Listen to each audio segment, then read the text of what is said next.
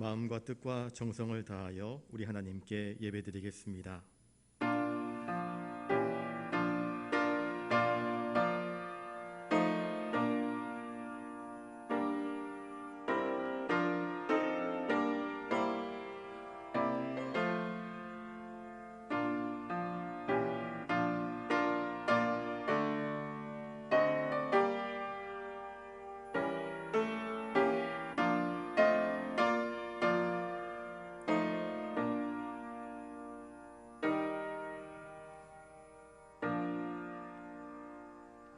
하나님이여, 주의 이름으로 나를 구원하시고 주의 힘으로 나를 변호하소서.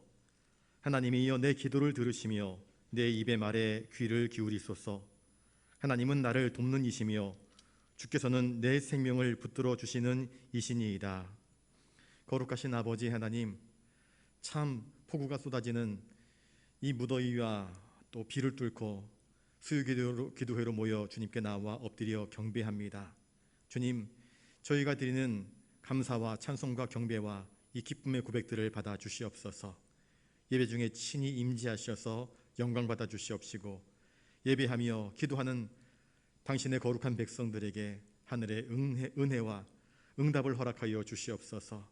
이 모든 예배의 행위를 통하여서 오직 주님께 영광 돌리옵기를 원하오며 존귀하신 예수님의 이름으로 기원하옵나이다. 아멘.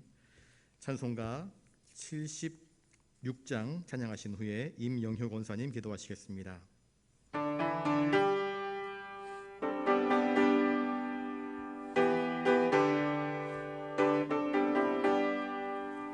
창조의 주 아버지께 감사 찬송 드립니다.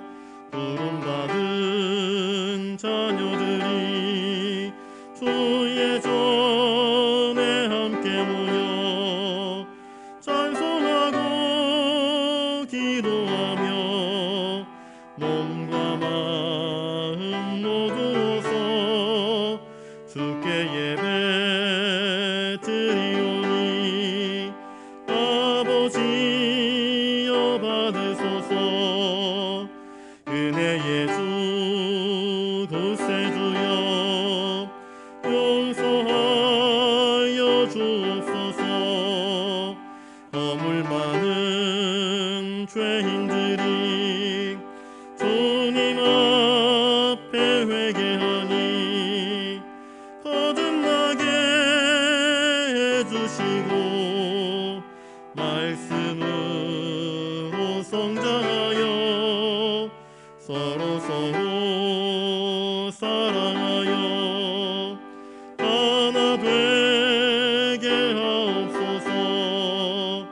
능력의 주 성령이여 새 마음을 주옵소서. 구원받은 성도들이 주의 성령 충만하여 분부하신 주의 복음 땅끝까지 전파하여 하늘나라 세우도록 능력으로 이끄소서.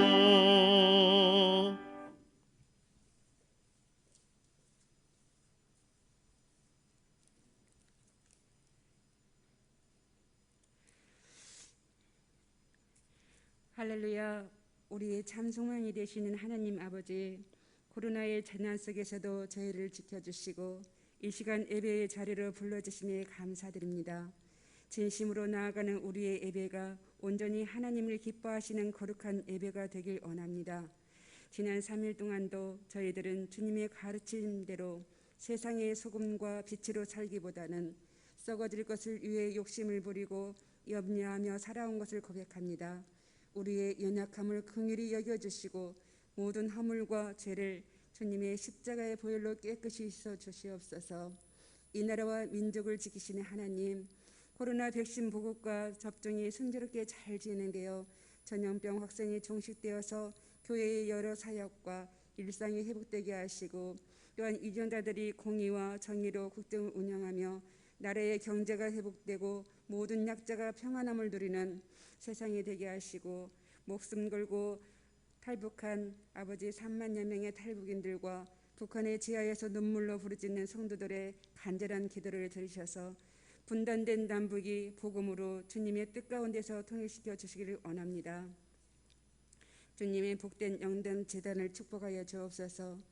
우리가 이제껏 누려왔던 물질의 풍성함과 우리가 이제껏 자유롭고 모이고 식사하고 전도하고 기도했던 당연한 것이 아니라 이 모든 것이 하나님의 은혜였음을 깨닫게 하시니 감사합니다. 주님의 핏값으로 사신 교회를 온전하게 하셔서 하나님의 나라의 평강을 맛보게 하옵소서. 각 기관과 각 부서 그리고 모든 성도를 축복하시고 모든 성도들의 삶 속에 깊숙이 개입하셔서 주님의 임재 안에서 서로가 기도의 친위대가 되어 중보하는 아름다운 공동체로 세워지게 하시고, 예배가 말씀이 교회의 회복이 이루어지게 하셔서 이 땅에서 예수님의 말씀과 정의와 평화가 깃드는 놀라운 역사가 나타나게 하여 주옵소서.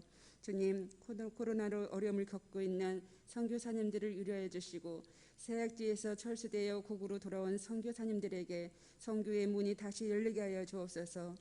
복 주시길 원하시는 하나님, 이 시간 말씀을 전하시는 목사님 위에 성령의 권능으로 붙들어 주셔서 선포되는 말씀이 검이 되어 우리의 심령을 찌르고 쪼개어 삶의 변화시키는 저희들이 되기를 원하오며, 예배의 모든 순간마다 오직 주님 한 분만 영광 받아주시기를 간절히 소망하옵고, 이 모든 말씀을 우리 주 예수 그리스도의 이름으로 감사하며 기도드리옵나이다. 아멘.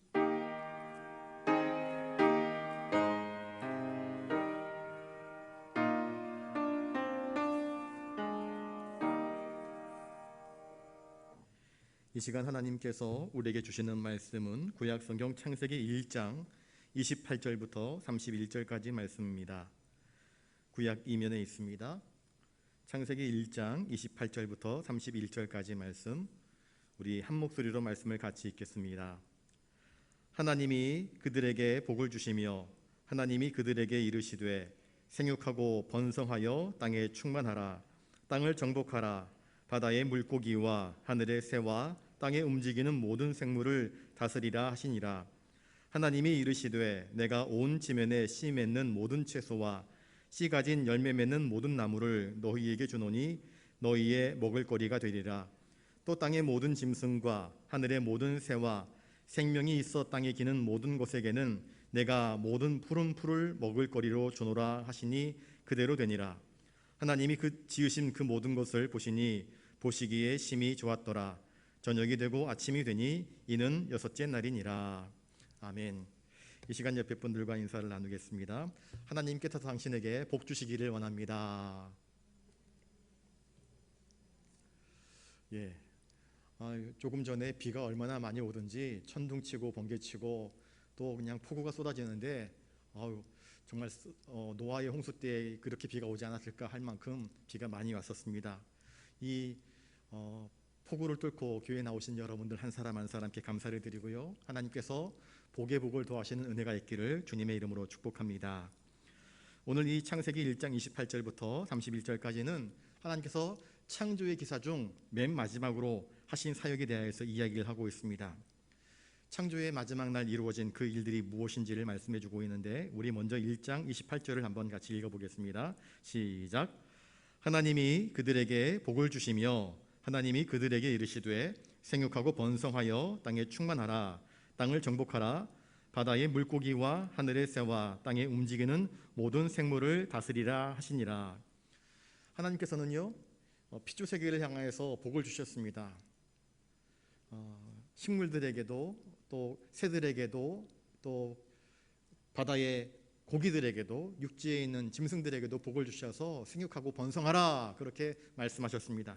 그런데 하나님은 이 짐승들에게만, 다른 피조세계에만 복을 주시는 것이 아니라 사람을 지으시고 하나님의 형상대로 하나님을 꼭 닮은 사람을 지으시고 그들에게도 또한 복을 주셨습니다. 어떤 복을 주셨습니까?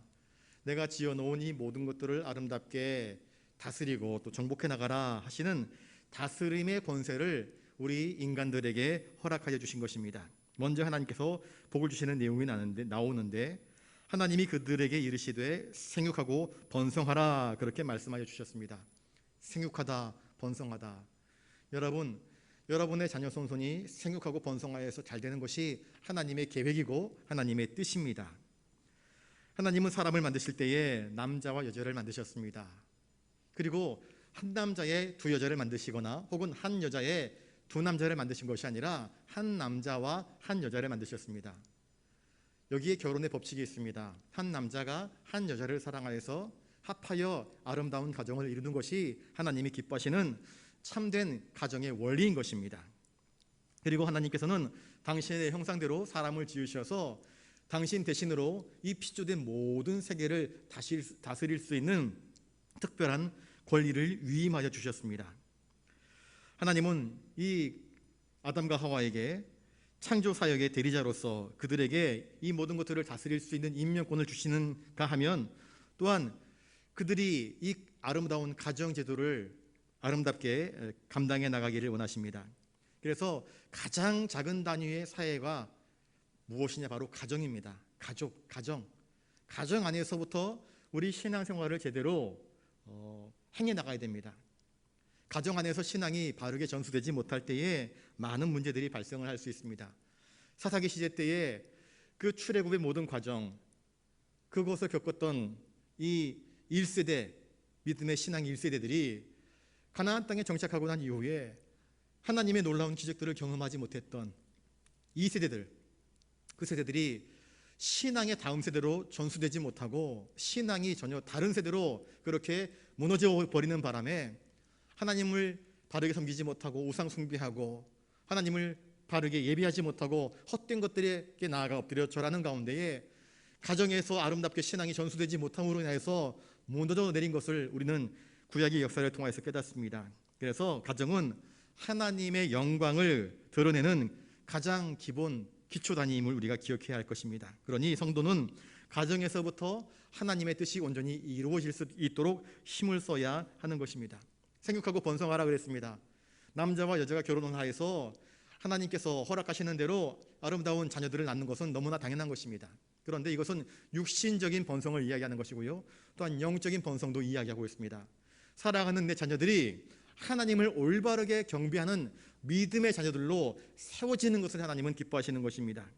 또한 가정에서뿐만 아니라 세상 밖으로 나가서 예수를 믿지 못하는 내 친구들, 내 이웃들에게도 복음을 증거하여서 그들도 하나님을 경배하는 백성으로 세워놓는 것, 그래서 그들을 하나님의 사람으로 옳게 돌아오게 하는 것, 이것이 주님께서 제자들에게 맡기신 세계 전도의 사명이고 또한 우리 교회에 맡기신 거룩한 사명임을 우리가 기억해야 할 것입니다. 가정이 말씀 위에 굳게 설 때에, 교회가 말씀 위에 굳게 설 때에 그 가정이 또한 그 교회가 복된 가정이 되고 복된 교회가 될 수 있는 것입니다. 생육하고 번성하라, 그 다음에 주신 말씀이 땅에 충만하라 그렇게 말씀하였습니다. 홍수 이후에 노아의 아들들이 이제 세계 각지로 뻗어나가게 됩니다. 그 역사들이 창세기 10장 이후에 쭉 이어지고 있습니다. 지금도 땅끝, 아직도 인류가 정복하지 못한 많은 땅끝들이 있습니다. 그런데 그 땅끝들이 이 하나님의 사람들의 발걸음을 기다리고 있습니다. 복음을 들고 나아가 세계 곳곳에 복음을 증거하고 말씀으로 하나님의 나라를 세워나가는 그 거룩한 일들을 기다리고 있다, 우리가 이해하면서 땅에 충만하는, 땅 끝으로 나아가는 저와 여러분들이 되어야 할 것입니다. 땅에 충만하라 그랬습니다. 우리가 서 있는 삶의 자리에서 하나님의 능력, 하나님의 말씀, 하나님의 은혜가 든든하게 세워질 수 있도록 여러분들이 그것들을 잘 다스리고 또 돌보아야 할 책임이 있다 말씀하고 있습니다. 땅을 정복하라 그렇게 이야기했습니다. 정복하라. 정복이라는 단어를 영어로 컨커러라고 이야기합니다. 그거는 상대방을 내 발 아래에 엎드리게 하는 것입니다. 코끝을 납작하게 만드는 것입니다. 그런데 하나님께서 우리에게 정복하라 하신 의미는 파괴적인 정복이 결코 아닙니다. 파괴적인 정복은 하나님이 기뻐하시는 것이 결코 아닙니다. 하나님이 기뻐하시는 정복이란 무엇인가? 우리 인간이 하나님의 형상을 닮은 하나님의 대리자로서 이 모든 것들을 아름답게 케어하는, 돌봄으로써 그것들을 반듯하게 세우고 또 하나님이 만드신 이 피조 세계의 원리와 질서들을 올바르게 세워나가는 것으로서의 정복을 이야기하고 있는 것입니다. 그런 의미에서 우리들의 삶 가운데 하나님의 능력으로 정복되지 못하는 부분들이 어디 있는지를 한번 살펴볼 수 있기를 바랍니다.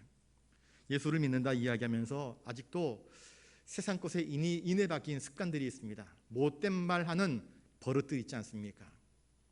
예수를 믿었는데 아직도 끊지 못한 그런 술버릇, 예수를 믿는데 아직도 끊지 못한 흡연이라고 하는 버릇들, 예수를 믿는데 아직도 입에 달고 사는 남을 시기하고 저주하고 악담하는 그런 말버릇들, 이런 것들이 하나하나 주님의 권능으로 정복되고 다스려져야 할 필요가 있는 것입니다.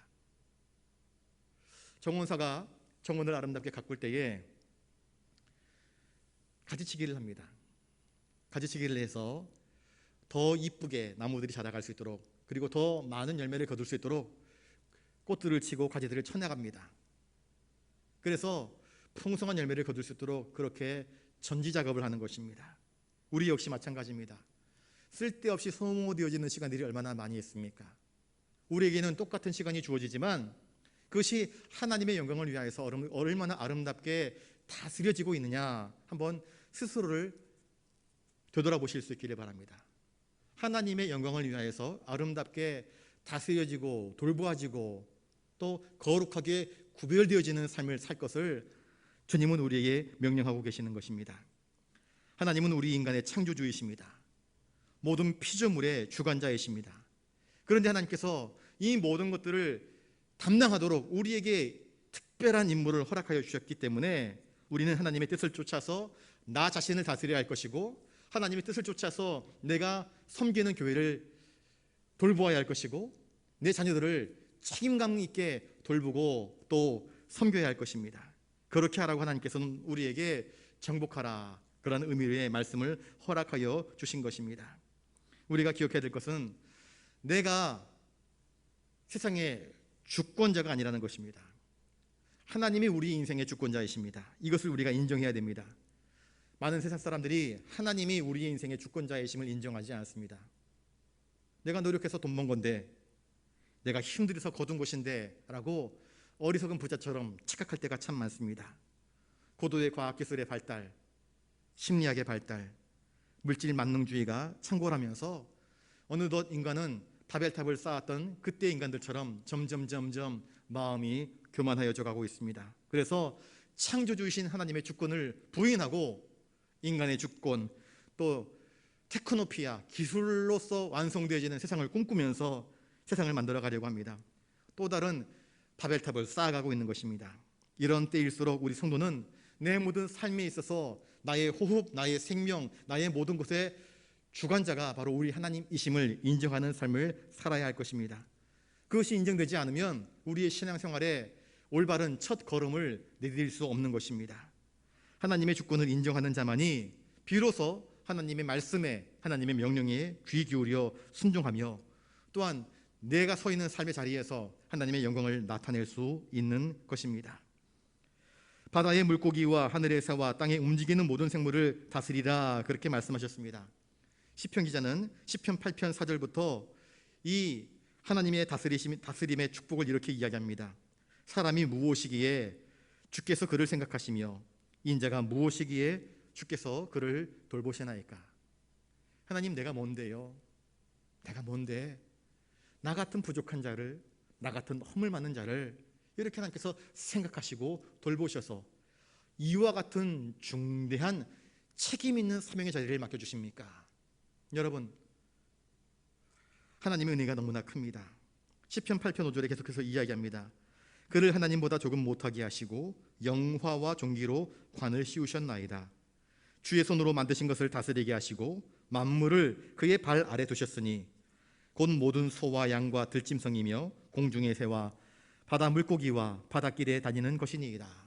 하나님이 피조하신 이 모든 세계 위에 사람을 세우셔서 이 모든 것들을 다스리고 돌보고 책임감 있게 양육하라 하시는 이 사명을 주셨는데, 이것이 얼마나 크고 놀라운 은혜인지를 시편 기자는 노래하고 있습니다.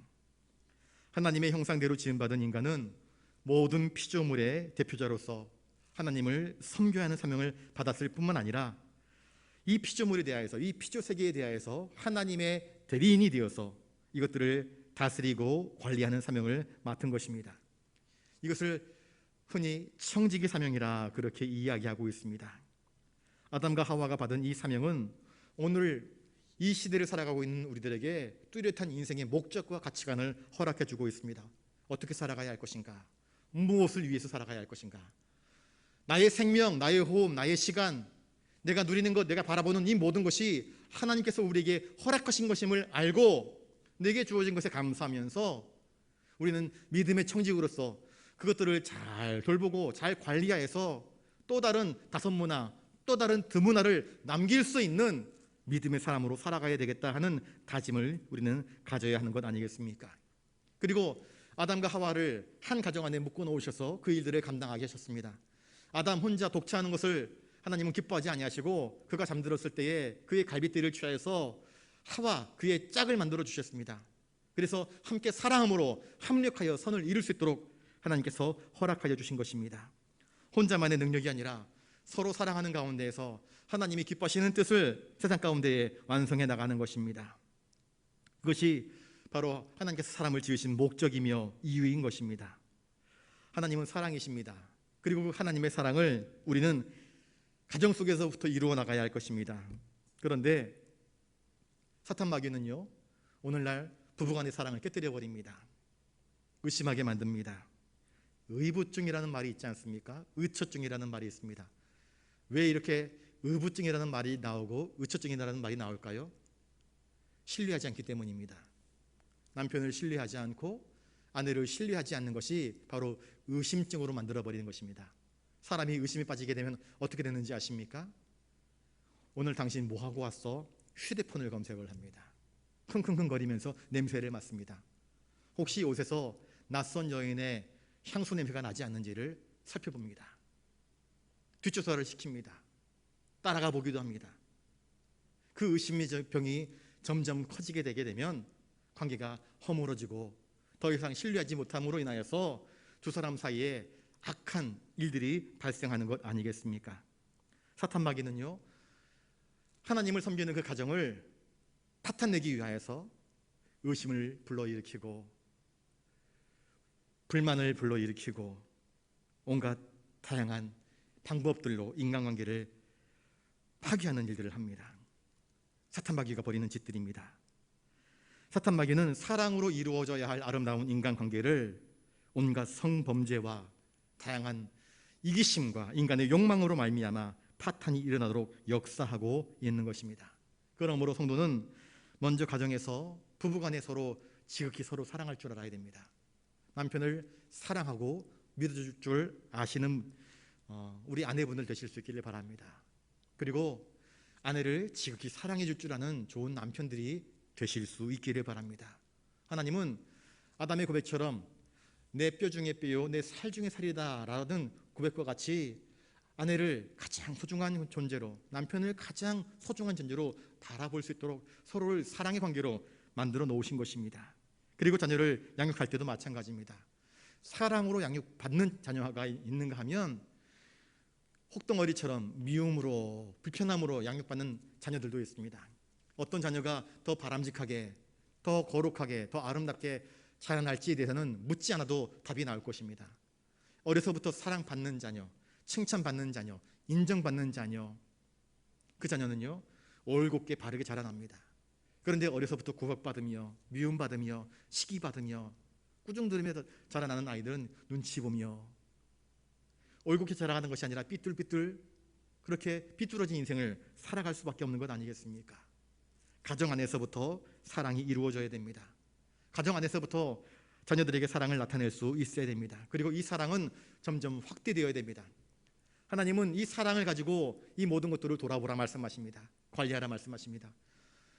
직장 생활할 때도 마찬가지입니다. 그 직장 생활에서도 거기에서 기쁨으로 직장 생활을 하게 되면 만족감을 누립니다. 그런데 마지못해서 그 일들을 감당하게 되면 지겹습니다. 힘겹습니다. 어떤 사건, 사고가 발생하기만 하면 때려치울 생각을 하게 되는 것입니다. 여러분, 우리는 어떠한 마음으로 우리에게 주어진 삶의 자리들을 마주하고 있습니까? 주님은 우리에게 말씀하십니다. 사랑으로 협력하면서 그 모든 일들을 감당해 나가라 말씀하고 계시는 것입니다. 그래서 우리의 사랑이 확대되어서 내 이웃을, 내 형제를 향하여서 사랑을 펼쳐낼 수 있는 그 일을 통하여 하나님께 영광 돌리는 삶이 되어야 됩니다. 이것이 하나님께서 우리 인간을 이 모든 피조 세계의 대리자로 세우신 이유이며 목적인 것입니다. 그러니 나 한 사람이 바르게 사는 것은 나 혼자만이 누리는 축복이 아니라 나와 함께하는 모든 사람들에게 하나님의 은혜와 영광을 함께 나타날 수 있는 거룩하고 복된 삶임을 우리는 기억해야 할 것입니다. 자, 29절을 한번 같이 읽어보겠습니다. 29절입니다. 시작. 하나님이 이르시되 내가 온 지면에 씨 맺는 모든 채소와 씨 가진 열매 맺는 모든 나무를 너희에게 주노니 너희 먹을 거리가 되리라. 하나님은 인간에게 이 하나님의 형상으로서 이 피조 세계를 관리하고 다스릴 책임감 있는 사명을 주실 뿐더러 여러분 집에 일꾼을 불렀습니다. 추수할 때가 돼서 일꾼을 불렀습니다. 아침부터 일찍 일을 합니다. 근데 점심때가 되어서 이 밭의 주인이 일꾼들에게 먹을 것을 주지 않으면 어떻게 됩니까? 먹을 것 주지 않아도 저녁 때까지 일은 할 수 있습니다. 그런데 일의 능률은 훨씬 떨어집니다. 점심때가 되면 어련히 맛있는 끼니가 나와서 그것 먹고 힘내서 오후에도 열심히 일할 것을 일꾼들은 기대를 하는데 이른 아침부터 열심히 일을 했는데 점심때가 되어도 뭐가 나오지 않고 새참도 나오지 않고 아무것도 나오지 않고 그저 일만 열심히 해라, 점심시간까지 아껴서 일해라 그래 버리면 점심시간 이후부터는 사람들이 축 늘어져서 일할 의욕도 없고 일하는 재미도 없고 이러다가 주인이 품삯이나 제대로 주겠는가 하는 의심마저도 들게 하면서 일꾼들을 게을리하게 만들어 버리지 않겠습니까? 그런데 하나님은 어떤 하나님이십니까? 하나님은 인간에게 사명을 주실 뿐더러 인간에게 먹을 거리까지도 제공해 주시는 하나님이십니다. 땅의 소산을 그 식물로 삼고 모든 생물을 다스리고 하나님께 영광과 찬송을 올려드리는 복된 삶을 살도록 하나님은 우리 인간들에게 먹을 거리를 허락해 주셨습니다. 온갖 종류의 식물들에서 나오는 열매, 채소, 과일들, 그것이 우리 몸에 들어가서 음식과 자양분이 되어서 영양분을 제공하시는 하나님의 은혜가 이 29절 속에 고스란히 담겨져 있습니다. 참 재미있는 게요, 우리가 밥을 먹으면 그게 에너지당으로 변하여서 일할 수 있도록 하는 것이 참 신기합니다. 자동차를 볼 때 참 신기한 게 어떤 거는 가스를 넣고 어떤 것들은 경유를 넣고 어떤 것들은 휘발을 넣는데 각종 다양한 종류의 에너지를 넣는데 어떻게 그것이 운행이 되고 작동이 되는지 참 신기합니다. 어떤 건 전기를 먹고 참 신기하지 않습니까? 사람이 음식을 먹고 그것이 온 몸속에 영양분이 되어서 골고루 공급되어서 그것을 넣고 먹고 힘을 내어서 일한다. 얼마나 놀라운 그런 메커니즘입니까? 그런데 하나님께서 이렇게 인간들에게 아름답게 먹을 것을 허락하여 주셨습니다. 저를 따라서 한번 해볼까요? 주님은 우리의 먹을 거리를 예비하시는 분이십니다. 여러분, 하나님께서는 우리의 일용할 양식을 예비하시는 분이십니다. 우리에게 일거리를 맡기실 뿐만 아니라 우리의 먹을 거리도 책임져 주시는 하나님이십니다. 하나님의 전능하심을 믿으실 수 있기를 바랍니다. 하나님은 여호와 이레로 이렇게 인간에게 필요한 것들을 하나하나 예비하시고 제공하여 주십니다. 그런데 더 놀라운 것은 30절입니다. 30절을 한번 같이 읽어보겠습니다. 시작. 또 땅의 모든 짐승과 하늘의 모든 새와 생명이 있어 땅에 기는 모든 것에게는 내가 모든 푸른 풀을 먹을 거리로 주노라 하시니 그대로 되니라. 하나님께서 하나님의 형상대로 지음받은 인간들에게 먹을 거리를 제공하시는 것은 당연합니다. 부모가 자식에게 먹을 거리를 제공하는 것은 너무나 당연한 것입니다. 그런데 하나님은 참 놀랍게도 땅에 있는 모든 짐승들, 저 하늘에 나는 모든 새들, 바다에 있는 모든 고기들까지도 하나님께서 먹을 거리를 책임져 주시고 계십니다. 얼마나 놀랍습니까? 집에 일꾼들을 데리고 오셔서 한번 밥을 먹여보십시오. 이사할 때 이사하는 일꾼들 와서 밥 먹고 일단 계산하게 되면요 참 많은 비용이 지출됩니다. 그런데 하나님께서 한두 사람도 아니고 우리 인간들을 제외해서 지구상에 존재하는 수많은 새들, 고기들, 가축들, 짐승들을 먹이신다. 소 키워보신 분 계십니까? 소 키우려면요, 소가 먹는 사료량이 엄청납니다. 집에서 강아지를 길러보시는 분들도 아실 것입니다. 밖에 나가서 사료를 사와도 어느 정도 시간이 흘러가면 벌써 또 새로 사와야 됩니다. 그냥 저절로 강아지가 자라나는 것이 아니지 않습니까? 먹여주고 돌봐주어야 강아지가 자라나는 것 아니겠습니까? 그런데 하나님은 땅의 모든 짐승들, 하늘의 모든 새들, 생명이 있어서 땅에 움직이는, 기어다니는 그 모든 것들까지도 그들의 먹을거리를 예비하여 주셨다 말씀합니다. 내가 모든 푸른 풀을 그들에게 먹을거리로 주었다 말씀하십니다. 재미있지요? 새들도, 고기도, 땅에 움직이는 모든 것들도 인류가 타락하기 이전 시대에는 이 푸른 풀을 먹으면서 그들이 살았던 것입니다. 그때에는 창조 당시에 하나님께서 지으신 그 원래 창조의 아름다운 때에는 서로 먹고 먹히는 야국강식의 시대가 결코 아니었습니다. 함께 풀을 먹었습니다. 인간이 육식을 시작한 것은 언제부턴가? 노아의 홍수 사건 이후부터입니다. 그 전까지 인간은 육식을 하지 않았습니다. 채식하였습니다. 열매 먹었습니다. 그러니까 인간은 원래 베지테리언, 채식주의자였습니다. 그런데 홍수 이후부터 하나님께서는 인간들에게 짐승의 고기, 곧 가축의 고기를 먹을 수 있도록 허용해 주신 것입니다. 자, 인간과 짐승 사이에, 또 짐승과 짐승 사이에 서로를 죽이거나 잡아먹는 살육이 없었습니다. 피 흘림이 없었습니다. 서로 공존하면서 평화롭게 즐겁게 살았습니다. 어린아이가 독사구리에 손을 넣어도 물지 않는 그런 아름다운 세계. 사자 수염을 잡아뜯어도 사자가 왜 그래? 그러면서 강아지처럼 재롱 피우는 그런 시대였습니다. 위험한 시대가 아니었습니다. 평화로운 시대, 안전한 시대, 그런 시대를 하나님께서 허락해 주신 것입니다. 그런데 인간이 타락으로 말미암아 그 아름다운 질서와 관계들이 다 훼손되고, 죄로 말미암아 사람과 사람 사이에, 사람과 짐승 사이에, 사람과 자연 사이에 관계들이 일그러지게 되어버리고 만 것입니다. 아무튼 하나님은 이처럼 당신이 지으신 모든 피조 세계가 먹고 살아갈 수 있도록 그들을 지탱하시며 섭리하시며 돌보시는 하나님이심을 우리에게 이야기해주고 있습니다. 말 못하는 짐승들까지, 우리가 관심 갖지 않는 저 북극 남극의 짐승들까지 하나님이 책임지시고 돌보시는 하나님이심을 우리에게 말씀해 주고 있습니다. 자, 여기서 우리가 깨달을 수 있는 것이 무엇입니까? 사탄은요, 오늘 우리로 하여금 근심토록 만듭니다. 무엇에 대해서 근심하게 만듭니까? 내 직장에 대해서 근심하게 만듭니다. 내 먹을거리에 대해서 근심하게 만듭니다. 내 아직 닥치지 않은 미래에 대해서 근심하게 만듭니다. 근심의 늪에 빠지게 합니다. 근심, 걱정, 염려가 우리의 어깨를 꽉 짓눌러서 잔뜩 스트레스에 빠지게 하고, 그래서 뭘 하게 하느냐?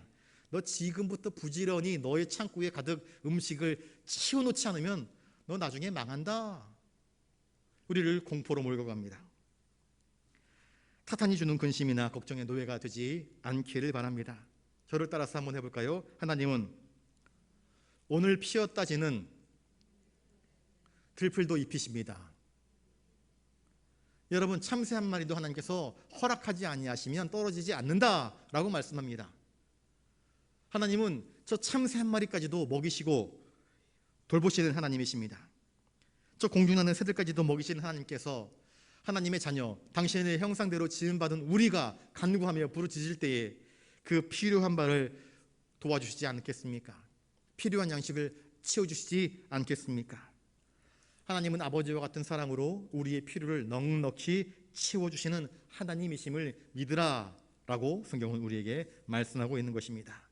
우리 31절을 같이 한번 읽겠습니다. 31절입니다. 시작. 하나님이 지으신 그 모든 것을 보시니 보시기에 심히 좋았더라.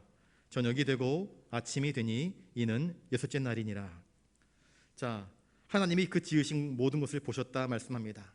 하나님께서 자신이 만들어 놓은 이 모든 피조 세계, 자신의 창조 사역을 평가하십니다. 하나님께서 만들어 놓으신 것들이 저 하늘의 해, 달, 별들이 다 보이기 시작합니다. 반짝반짝거리면서 제자리에 있습니다. 청명한 하늘이 보입니다.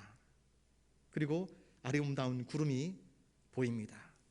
하늘을 나는 새들이 보입니다. 바다를 보니 바다에 많은 고기들이 보입니다. 많은 기는 것들, 많은 동물들, 많은 식물들, 바람에 흩날리는 아름다운 꽃들, 하나님이 그 모든 것들을 보십니다. 그리고 여호와의 동산에서 마음껏 뛰노는 아담과 하와를 하나님이 보십니다. 하나님이 보시고 뭐라고 말씀하십니까? 보시기에 심히 좋았더라 말씀하십니다. 하나님의 창조의 사역은 하나님 보시기에 심히 좋았습니다. 하나님이 만드신 작품들은 그저 어쩌다가 만들어진 작품들이 아닙니다. 그냥 대충 빚어서 만든 작품들이 아닙니다. 하나님의 솜씨, 하나님의 지혜, 하나님의 권능, 하나님의 전지전능하심을 나타내는 피조세계인 것입니다. 얼마나 아름다운지 모릅니다. 그래서 하나님은 심히 좋았다 그렇게 말씀하십니다. 단순히 좋은 것이 아니라 지극히 좋았다 그렇게 말씀하십니다. 이것은 하나님의 탄성입니다. 감탄사입니다. 이야 좋구나. 도자기를 빚는 사람들이 도자기를 열심히 비워서 가마에 집어넣습니다. 때깔이 참 이쁜 작자가 제작자가 의도한 대로, 도자기 공예사가 의도한 대로 이쁜 색깔의 도자기가 나오면 그걸 바라보면서 좋다 이야기합니다. 좋다, 내 작품이다. 그래서 자기 이름으로 이건 내놔도 되겠다 그럽니다. 그런데 일반인이 바라볼 때 똑같은 작품인데 보니까는 이 주인이 보고 이렇게 보면 망치로 갑자기 작품들을 깨뜨리기 시작합니다. 그거 왜 깨뜨리십니까? 라고 묻습니다. 이거는요 색이 좀 뭉개졌어요. 이거는 제가 볼 때는 제 이름을 걸고 내보내기에는 작품이 덜 됐습니다. 이건 안 됩니다. 내놓을 수 없습니다. 그래서 과감하게 깨뜨려 버리더라고요. 그런데 하나님이 지으신 것들은 얼마나 보기 좋았는지 보시기에 심히 좋았다 말씀하십니다. 하나님은 기뻐하신 것입니다. 감격하신 것입니다. 만족하신 것입니다. 좋아하신 것입니다. 자, 여기서 우리가 깨닫는 것은 무엇인가? 하나님이 지으신 모든 피조세계는 원래 아름다운 것이다. 선한 것이다. 하나님이 크게 기뻐하신 것이라 말씀하고 있습니다. 하나님의 창조에는 부족함이 없었다 말씀하고 있습니다. 완전한 선을 이루었던 것입니다. 그런데 인간이 범죄함으로 타락함으로 말미암아 죄가 들어오고 난 이후에 문제가 발생한 것입니다. 여러분, 돈은 선한 것일까요? 악한 것일까요? 선한 것입니까? 악한 것입니까? 돈은 그냥 종일 뿐입니다. 종이에요. 거기 1,000원짜리 있으면 1,000원이고 10,000원짜리 있으면 10,000원입니다. 돈은 그냥 돈입니다. 돈은 이것도 아니고 저것도 아닙니다. 그런데 돈에다가 사람들이 무언가를 의미를 부여하기 시작합니다. 돈에 인간의 탐욕이 붙으면 그 돈은요 썩은 돈이 됩니다. 돈을 가지고 얼마든지 선한 일을 할 수 있습니다. 돈을 가지고 지나가는 사람들, 불쌍한 사람들을 도와줄 수 있습니다. 그러면 그 불쌍한 사람, 너무나 도움이 필요한 사람들에게 그 돈은요 우리의 생명을 살리는 능력 있는 돈이 됩니다. 은혜로운 돈이 됩니다. 감사한 돈이 됩니다. 죽어가는 사람을 살리는 돈이 되는 것입니다. 그런데 똑같은 돈이 있지만 이거는 나 혼자만 먹고 살아야지 하면서 가득가득 쟁여놓은 돈은요 그건 냄새나는 돈이 되기 시작하는 것입니다. 돈은 돈일 뿐입니다. 칼도 마찬가지 아니겠습니까? 칼은 칼일 뿐입니다. 집에서 열심히 요리를 다듬는 부엌칼이 될 수도 있고 아니면 강도의 손에 들리면 그건 사람을 찌르는, 남의 돈을 빼앗는, 남의 생명을 취하는 악한 물건이 될 수도 있습니다. 의사의 손에 들려주면 그것은 사람의 생명을, 사람을 수술해가지고 살리는 능력 있는 그런 도구가 되는 것 아니겠습니까? 물질은 선하지도 악하지도 않습니다. 하나님이 지어놓으신 원래의 것은 아름다운 것이었습니다. 그런데 인간의 탐욕이, 인간의 죄악이 그것들을, 그 아름다운 본질들을 왜곡하고 빗들게 사용할 때마다 삶이 무너지고 마는 것 아니겠습니까? 자, 하나님은 이 모든 창조의 사역들을 가만히 돌아보셨습니다. 그리고 평가하십니다. 자기 평가를 하시는 것입니다. 그리고 보기에 참 좋았다, 심히 좋았다 말씀하십니다. 여러분, 하루를 시작하고 하루를 마감할 때 여러분들은 여러분들의 하루를 어떻게 평가하십니까? 어릴 때 우리는 일기를 썼습니다. 선생님이 여름방학 때 꼭 일기 써와라 그래가지고 일기장 숙제를 내게 되면 저같이 좀 개구진 친구들은 일기장을 제대로 안 쓰고 맨 마지막 날 학교 가기 전날 친구 일기장 빌려가지고 날씨 어떤지 다 확인해가지고는 오늘은 일찍 잤다, 삼촌네 집에 갔다 왔다, 억지로 막 일기를 짜맞춰 쓰기 시작하는데 선생님이 딱 보면 압니다. 이게 언제 쓴 일기인지. 그날 비도 안 왔는데 비가 왔다고 쓰고요. 엉망진창으로 일기가 나오지 않습니까? 여러분, 엉망진창의 일기를 쓴 사람처럼 어리석은 아이처럼 살지 마시고요. 하루를 살면서 오늘 하루 나의 삶은 어떠했는지를 바르게 돌아보고 평가를 하실 수 있기를 바랍니다. 하나님은 자신의 창조 사역을 바라보시면서 보시기에 심히 좋았다, 기뻐하셨습니다.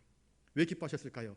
자신의 사역이 하나하나 하나님이 기뻐하시는 뜻대로 이루어졌을 때 기뻐하신 것입니다. 여러분, 오늘 하루 내가 세운 목표를 잘 달성하면은요, 마음이 뿌듯합니다. 기쁨이 있습니다. 그런데 내가 오늘 이런 계획을 세웠는데 그것을 잘 이루지 못하면 마음이 왠지 불편하고 또 만족감이 오지 않지 않습니까? 내일 해야지 하지만 내일 해야지 하는 버릇들이 우리의 삶을 점점 헛모로지게 하지 않습니까?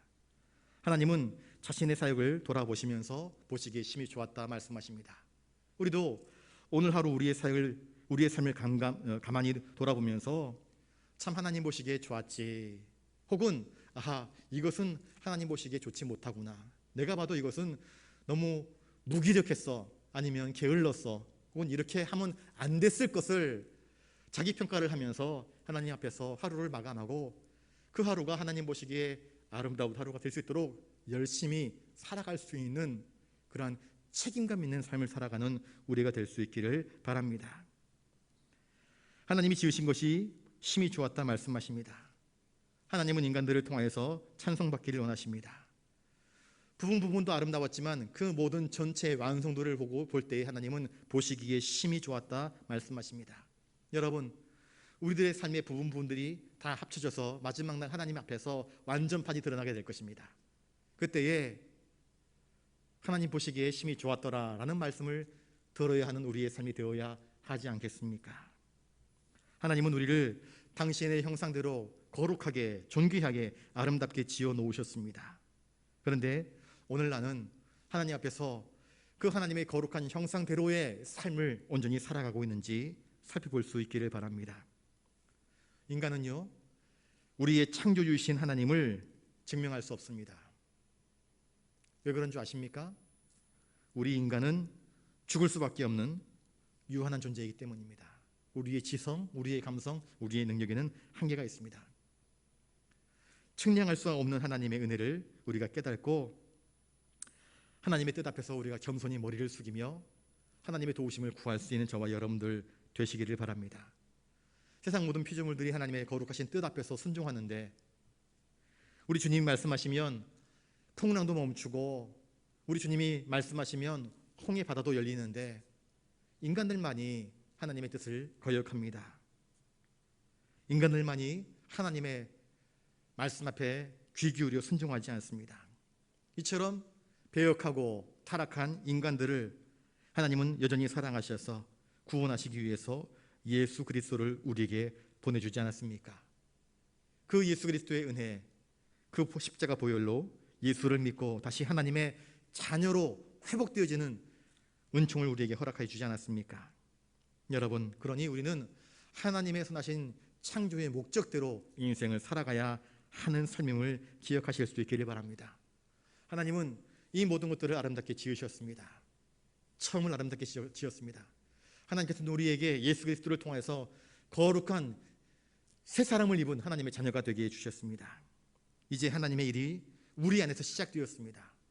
그 선하신 일이 중간에서 낙오되거나 포기되지 않도록 여러분들 하나님 앞에서 바른 삶을 살아가도록 오늘도 애쓰시는 저와 여러분들 되시기를 바랍니다. 하나님께서 우리에게 하나님의 형상대로 이 모든 것들을 다스리고 책임감 있게 돌보라고 하는 대리인으로서의 직분을 허락하여 주셨습니다. 교회에서 하나님께서 우리에게 목사라는 직분을, 장로라는 직분을, 권사라는 직분을, 집사라는 직분을 허락해 주셨습니다. 가정에서 어머니라는 직분을, 아내라는 직분을 허락해 주셨습니다. 아버지라는 직분을 허락해 주셨습니다. 어떻게 감당하면 좋겠습니까? 잘 감당해야죠. 성실하게 감당해야지요. 하나님이 기뻐하시는 뜻대로 감당해야지요. 종종 교회 일들을 할 때에 이런 분들이 계십니다. 목사님, 나 이제 못하겠어요. 그럽니다. 왜요? 많이 했어요. 힘들어요. 이제 좀 젊은 사람들 보고 하세요. 그럽니다. 여러분, 끝까지 충성하는 사람이 될 수 있었으면 좋겠습니다. 나 아버지 역할 한 20년 했으니까 이제 아버지 안 할란다 하시는 분 계십니까? 여보, 나 당신 아내로서 20년 살았으니까 더 이상 이제 당신 아내 못 해먹겠어 하시는 분들 계십니까? 그건 합당한 마음이 아닙니다.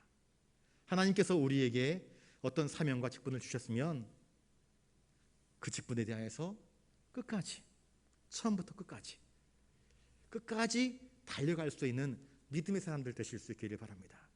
하나님은 창조의 첫째 날부터 마지막 날까지 그 모든 것들을 지으시고 이 모든 것들이 합하여 아름답게 보이십니다. 그래서 보시기에 심히 좋았더라 말씀하십니다. 처음부터 끝까지 일관된 삶을 살아가게 될 때에 그 삶이 아름다운 것입니다. 내게 맡겨진 일들, 교회에서 어떤 직분들을 감당할 때에 내 기분이 혹은 내 감정이 상하여서 중간에 내 마음대로 포기해버리거나 또한 하나님을 근심케 하는 일로 나아가게 되면 그것은 모든 선한 일이 끝까지 이루어지기를 바라시는 하나님의 거룩하신 뜻과 위배되는 일이 될 수 있음을 우리가 기억해야 될 것입니다. 그러니 끝까지 선한 일에 최선을 다하는 우리가 되는 것이 바로 우리를 그 직분에 혹은 그 자리에 맡기신 하나님의 거룩하신 뜻임을 기억하면서 오늘도 믿음으로 잘 살아가는, 그래서 하나님 보시기에 심히 좋았더라 인정받을 수 있는 삶을 살기 위해서 몸부림치는 저와 여러분 되시기를 주님의 이름으로 축복합니다. 기도하겠습니다.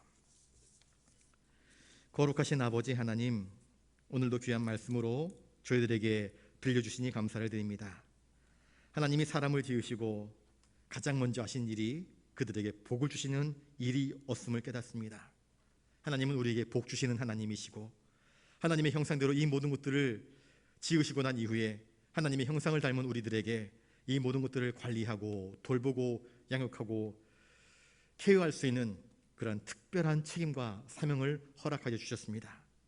오늘도 저희들에게 주신 그 직분들 잘 감당케 하시고 오늘 하루를 마감하면서 하나님 보시기에 잘하였다 칭찬받을 수 있는 그런 삶 될 수 있도록 인도하여 주시옵소서. 혹여 우리의 삶 가운데 오늘의 부족함이 있으면 내일 더 열심히 그리고 더 즐겁게 더 감사함으로 주님의 뜻대로 살아갈 수 있도록 힘 주시고 능력 주시고 피곤치 않도록 주님 도와주시옵소서. 모든 것 주님께 맡기오며 존귀하신 예수님 이름으로 기도드리옵나이다. 아멘. 찬송가 77장 찬양하시겠습니다.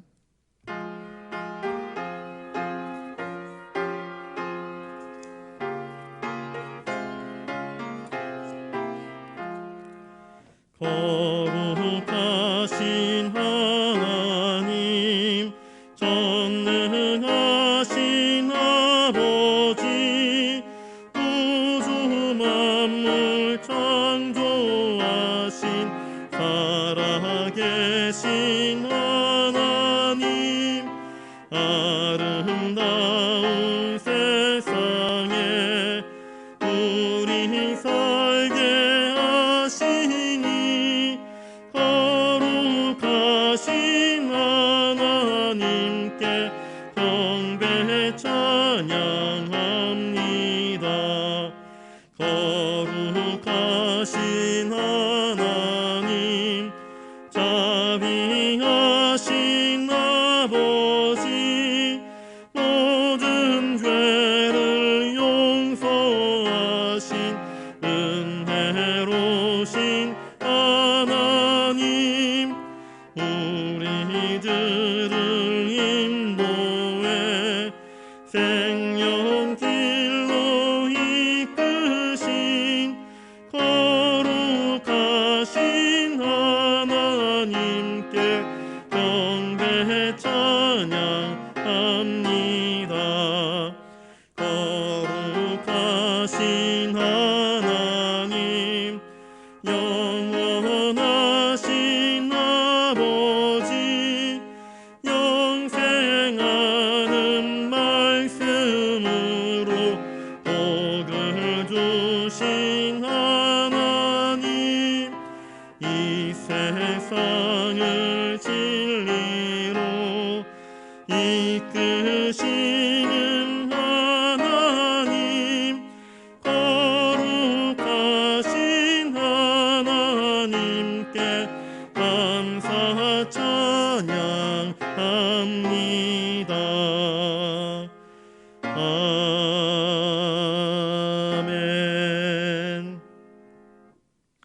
이 시간 기도할 때에 하나님께서 우리에게 복 주시는 하나님이심을 기억하실 수 있기를 바랍니다.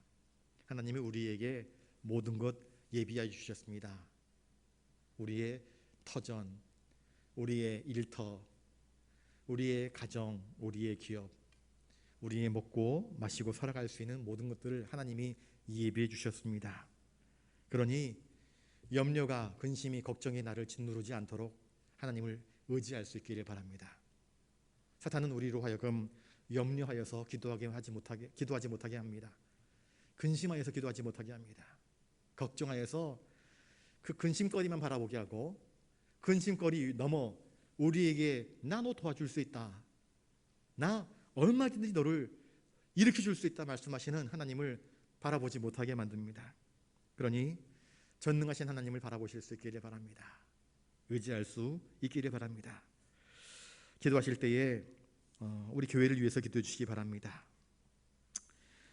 특히 예배 자리가 회복되고 또 말씀의 은혜가 회복되고 또 기도의 자리가 회복되어서 우리 교회가 아름답게 세워질 수 있도록 여러분들이 기도해 주시기 바라고, 우리 사랑하는 자녀들을 여러분들 기도해 주시기 바랍니다. 아까 이야기한 것처럼 우리 가정이 바르게 서야 됩니다. 말씀으로 사랑으로 바르게 서야 될 터인데 우리 자녀들에게 신앙이 전수될 수 있도록 여러분들이 기도해 주시면 좋겠습니다. 얼마 전에 뉴스를 보니까는요, 전국에서 부산이 65세 이상 인구가 25%, 4분의 1. 그러니까 전국에서 제일 먼저 초고령화 도시가 되어버리고 말았습니다.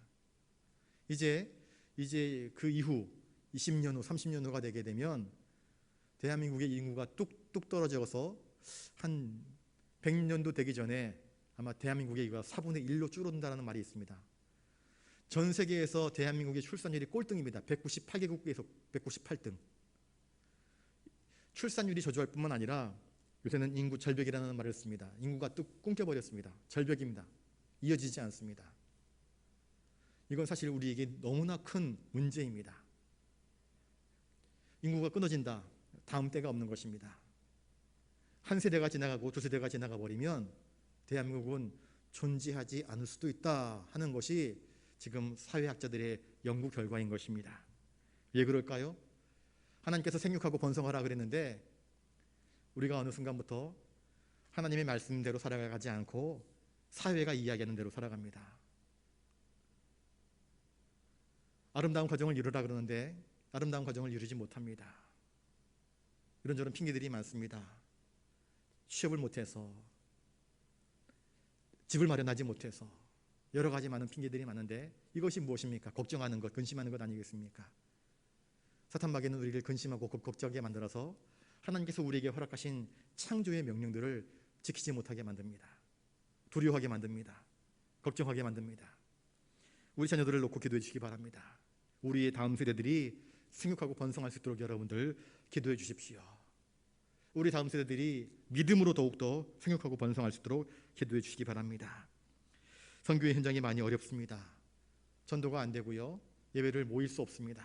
그럼에도 불구하고 그 자리를 지키시는 분들도 계시고 또 어쩔 수 없이 출국하여서 국내에 들어와 계시는 분들도 계시는데 마땅한 사역지가 없어서 지금 코로나 시대에 어디 교회에서 초청하기도 그렇고 힘들어하시는 분들이 참 많습니다. 그분들을 위해서 기도해 주시기 바랍니다. 우리 교회가 돕는 빠따까이 교회, 필리핀, 남수단, 인도, 우리가 돕는 선교사님들을 위해서 여러분들이 기도해 주시길 바라고, 우리 교회 학교, 우리 건강에 연약하신 분들, 또 여러분 주변에 아직 예수를 믿지 않는 가족, 친구, 이웃들을 위해서, 그리고 이 나라를 위해서 우리 이 시간 또 여러분들 가지고 나오신 기도 제목을 가지고 한 3, 4분 정도 같이 기도하도록 하겠습니다. 기도하겠습니다. 거룩하신 아버지 하나님, 이 저녁에 저희들이 주님을 의지하며 엎드려 간구합니다. 우리가 주님을 믿노라 이야기하고 고백하지만 사실은 주님을 의지하지 못할 때가 너무나 많습니다. 내일 일에 대한 아득한 걱정들, 아직 현실로 닥쳐오지 않았는데 벌써부터 불안해하고 근심하고 염려합니다. 그 불안과 근심의 구름이 우리의 영혼을 짓누를 때에 아무것도 보이지 않고 삶은 망각하기만 하고 그저 입에서는 탄식과 절망의 절규만이 부르짖음으로 나올 뿐입니다. 이러한 때에 주님을 의지하고 주님의 도우심을 바라며 전능하신 하나님께 두 손을 들고 엎드려 기도해야 될 터인데 어느덧 우리의 입술은 기도의 언어를 잃어버리고 말았습니다. 어느덧 우리의 무릎은 더 이상 기도의 무릎이 아니라 편한 무릎으로 바뀌어버리고 말았습니다. 너무나 우리의 신앙이 인스턴트의 신앙으로 바뀌어져 버리고 말았습니다. 버튼을 누르면 툭 하고 떨어져야 만족을 얻는 즉석 시대를 저희들이 살아가고 있는 것은 아닌지, 하나님을 향한 간절한 부르짖음, 하나님을 향한 경건한 외침, 그 영혼의 간구함이 점점 아득한 일들로 남고 있습니다. 주여 저희들을 도와주시옵소서.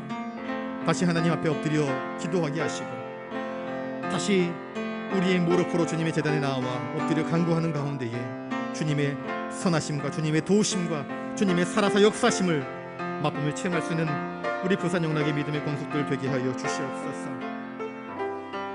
연일 보도되는 뉴스를 바라보게 되면 우리의 마음은 불안으로 물듭니다. 우리 젊은 세대들이 결혼을 하지 않습니다. 직장, 취업, 또 내일에 대한 두려움으로 인하여서 꿈을 꾸지 않습니다. 아니, 꿈을 꿀 수 없습니다.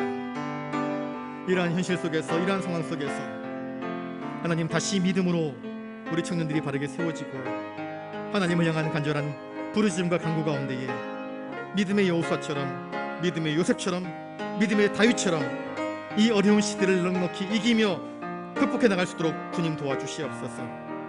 하나님이 우리 인간들에게 명령하신 창조의 명령, 생육하고 번성하여 땅을 정복하고 땅을 다스리라 말씀하시는 그 하나님의 음성에 귀를 기울여 우리에게 주어진 삶의 자리에서 최선을 다해서 믿음의 경주를 달리며 하나님께 영광 돌려드릴 수 있는 우리의 삶 되게 하여 주시옵소서.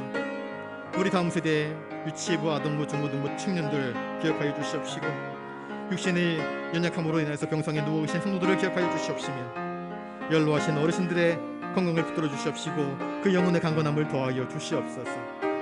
선교의 현장에서 오늘도 불철주야 애쓰며 믿음으로 기도하며 간구하는 우리 선교사님들 한 사람 한 사람을 붙들어 주시옵시고 태국 바닷가의 교회, 필리핀 김상철 선교사님, 우리 남수단, 인도 우리 교회 선교사님들을 기억하여 주시옵시고 충성할 수 있도록 도와주시옵소서.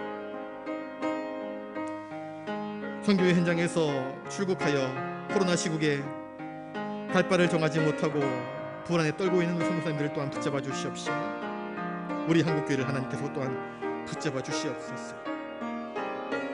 존경받는 교회가 되게 하시고 결의의 등불이 되는 한국교회가 되게 하여 주시옵소서. 이 시간 저녁에, 이 저녁에 주님께 나올 때에 간절한 기도 제목을 가지고 나와 마음을, 가슴을 치며 아무에게도 말하지 못한 나의 아픔과 나의 상함을 주님께 고하는 거룩한 백성들의 기도를 들어주시고 응답하여 주시옵소서. 이 나라의 정치가 혼돈의 혼돈으로 거듭하고 있습니다. 백성들의 신뢰를 받지 못하고 지탄의 대상이 되고 있습니다. 백성들은 아하 그러며 안심하는 것이 아니라 탄식하고 있습니다. 주여, 정치인들이 나라를 바르게 이끌어갈 수 있도록 도와주시옵소서. 한국교회를 통하여서 정말 다윗과 같은, 요셉과 같은 참다운 정치 지도자들이 배출될 수 있도록 도와주시옵소서. 코로나로 인하여서 경제의 위기가 찾아오고 있습니다.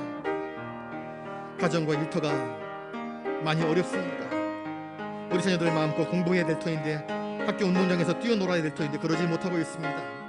주여 은혜를 베풀어 주셔서 이 모든 일이 어둠 가운데 속히 회복될 수 있도록 도와주시옵소서. 이 민족의 통일을 주님께서 기억하여 주시옵시고 하나님께서 역사하여 주시옵소서. 인간의 힘으로 감당할 수 없는 일들이 너무나 많습니다. 하오니 주님을 의지합니다. 어느 때까지 남과 북이 나뉘어진 채로 살아가야 할지 아무도 알지 못합니다.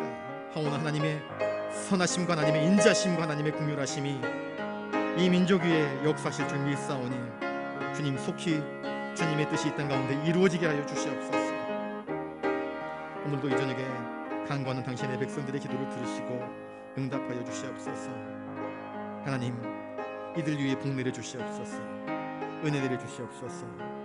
주여, 주님만 의지합니다. 주여, 도와주시옵소서.